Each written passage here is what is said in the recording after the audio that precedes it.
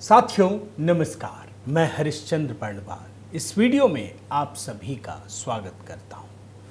दोस्तों, इस समय गजब की राजनीति चल रही है। राहुल गांधी सपना देखते हैं और उसे प्रधानमंत्री मोदी पूरा कर रहे हैं। हैरान मत होइए, अभी मैं आपको दिखाऊंगा, बाकायदा सबूत दिखाऊंगा मैं आपको। ये राजनीति ऐसी है दोस्तों जिसमें मकसद कुछ और होता है लेकिन कहते कुछ और है। आपने सुना है ना, कहीं पर निगाहें कहीं पर निशाना। जैसे एक आपने टेंडेंसी देखी होगी कि आपका परिवारवाद खतरे में है तो आप लोकतंत्र बचाने की दुहाई देने लगते हैं। ये कहने लगते हैं कि लोकतंत्र खतरे में ना पड़ जाए। मकसद कुछ और है, मकसद है आपको अपना परिवारवाद बचाना। जनता आपको नकार चुकी है। ठीक इसी प्रकार से दोस्तों भूपेश बघेल फंस कहीं और रहे हैं, शराब घोटाले में, और बहाना बना रहे हैं पंजाब का।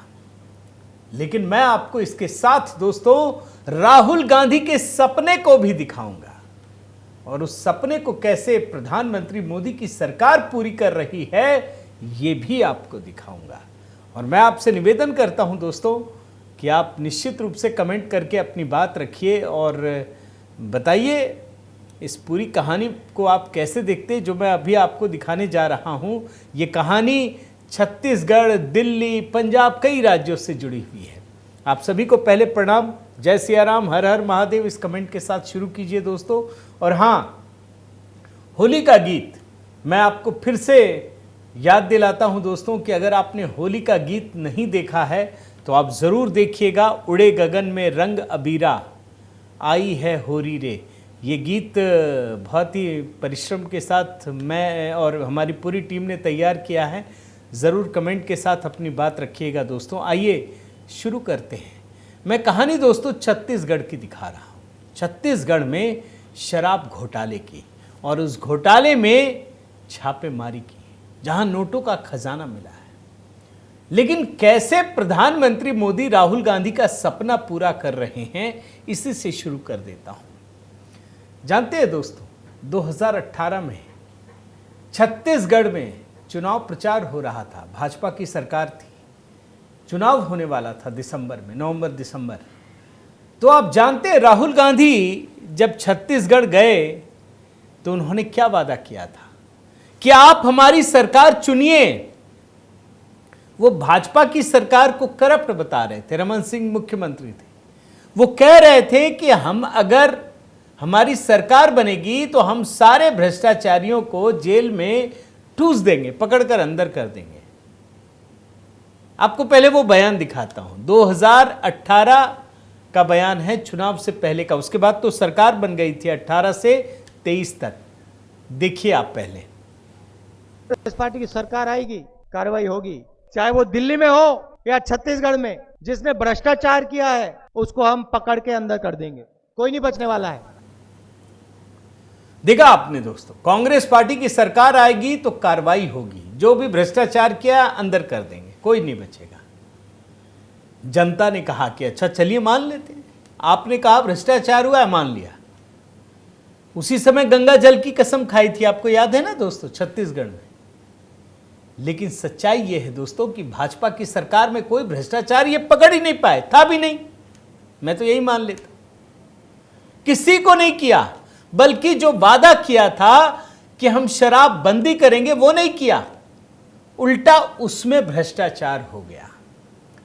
और 2023 में जब चुनाव हो रहे थे ना दोस्तों, तो उससे पहले प्रधानमंत्री मोदी छत्तीसगढ़ पहुंचे और कहा उन्होंने, राहुल गांधी की बात कि भ्रष्टाचार तो हो रहा है और हर आदमी सुन ले, हर भ्रष्टाचारी, कि मेरी सरकार आएगी तो कार्रवाई होगी।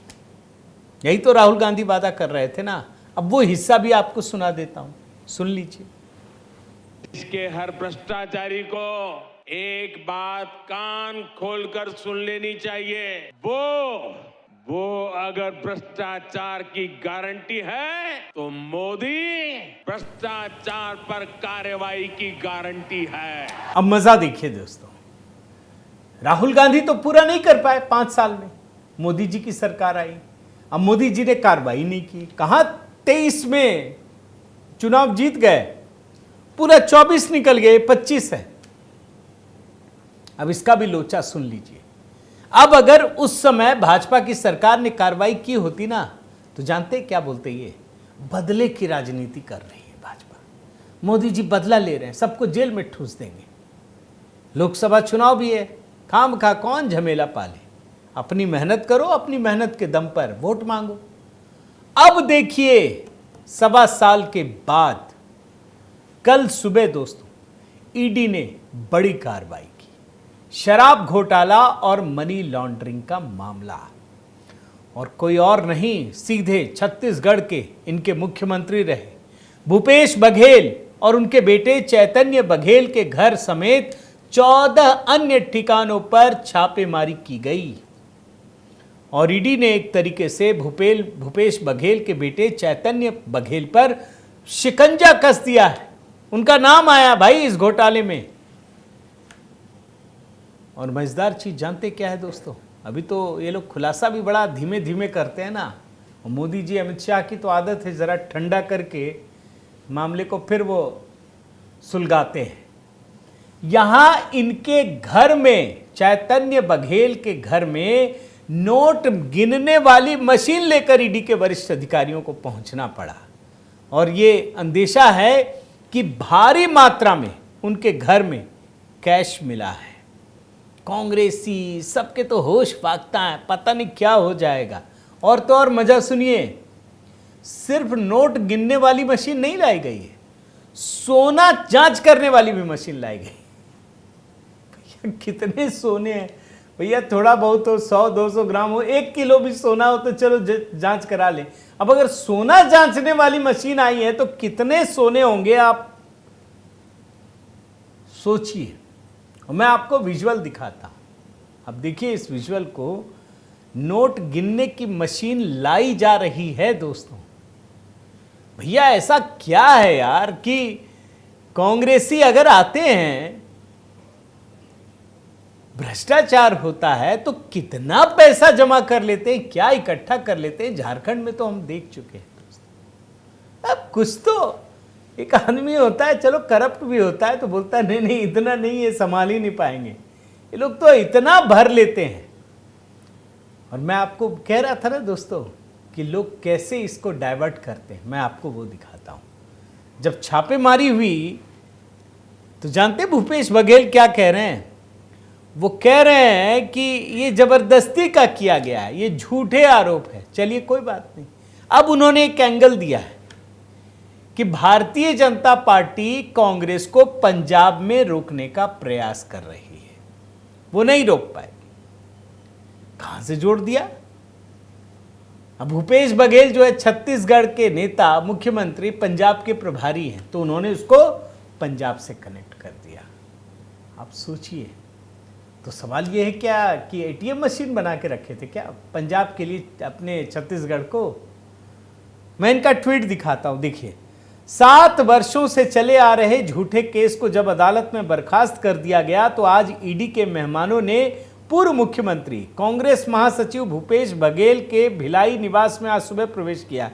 खुद ही लिख रहे हैं भूपेश बघेल के, अरे लिखेंगे आज हमारे घर में। अगर इस षड्यंत्र से कोई पंजाब में कांग्रेस को रोकने का प्रयास कर रहा है तो यह गलतफहमी है। कार्यालय भूपेश बघेल। अब देखिए, आपको मैंने कहा था ना अभी कि अगर परिवारवाद को जनता ठुकरा रही है तो वो लोकतंत्र का नाम देते हैं। सारे परिवारवादी मिलकर के अपना रूप बदलने के लिए एक गठबंधन का नाम दिया इंडिया। सुनकर तो इंडिया लगता है, लेकिन हर कोई परिवारवादी है। ये वही कहानी है दोस्तों कि आप भ्रष्टाचार के शिकंजे में हैं और उसको पंजाब से जोड़ रहे हैं। मगर सच्चाई क्या है, सच्चाई आपको दिखाता हूं कि जब ये मुख्यमंत्री थे, अभी तो ईडी ने छत्तीसगढ़ में 14 लोकेशन पर सर्च अभियान चलाया, जिसमें चैतन्य बघेल का भी ठिकाना है दोस्तों, मैंने आपको बताया। लेकिन आप जानते हैं जो आरोप है, इसमें 2019 से 2022 के बीच राज्य के खजाने को करीब 2161 करोड़ रुपए की हेरा फेरी की गई, यानी 2161, करीब करीब 2200 करोड़ रुपए की हेरा फेरी का मामला है।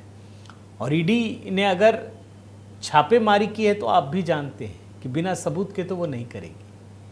चैतन्य बघेल के पास से दोस्तों एजेंसी को सबूत मिले हैं, संबंध मिला।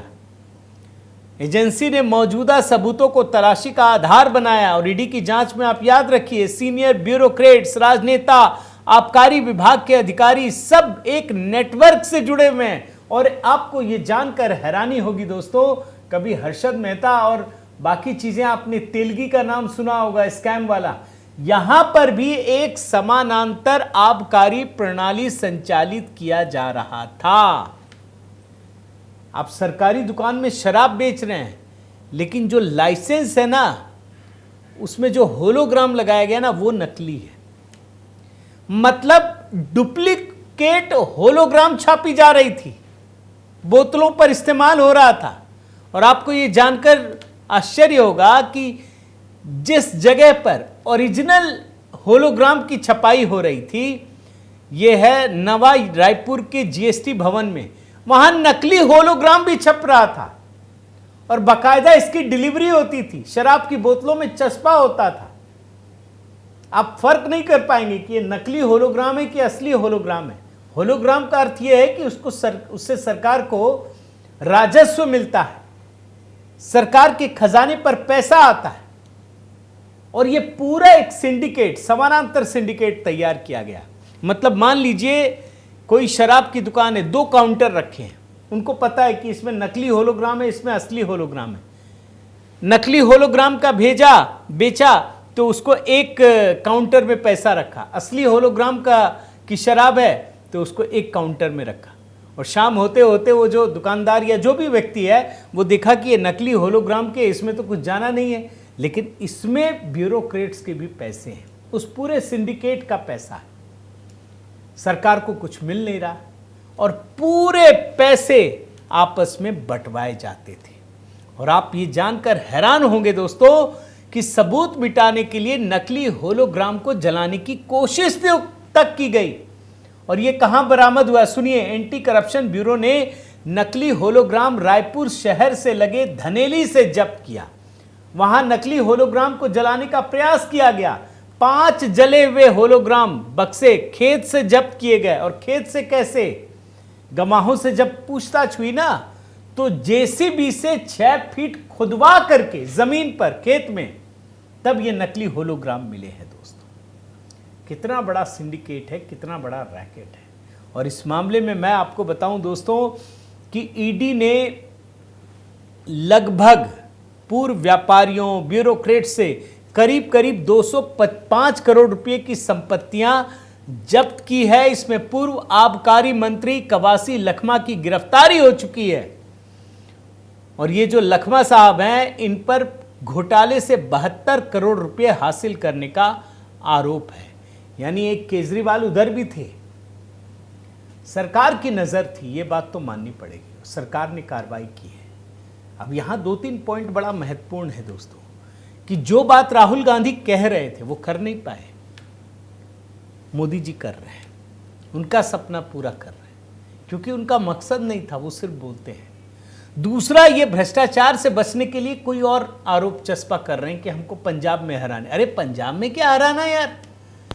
कांग्रेस पार्टी अगर वहां मजबूत है, जीतेगी, कौन रोक लेगा?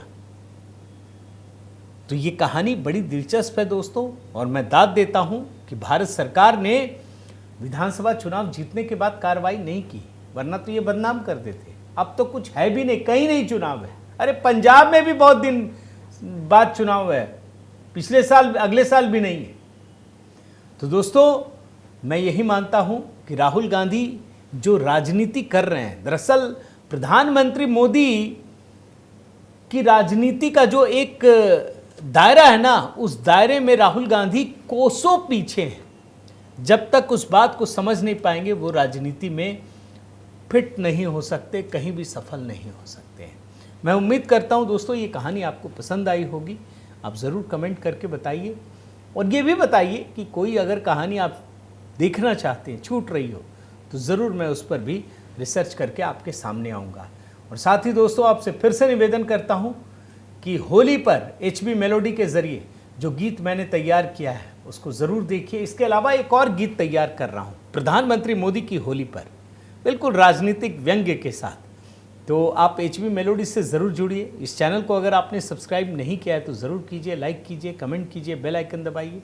बहुत बहुत धन्यवाद। जय सिया राम।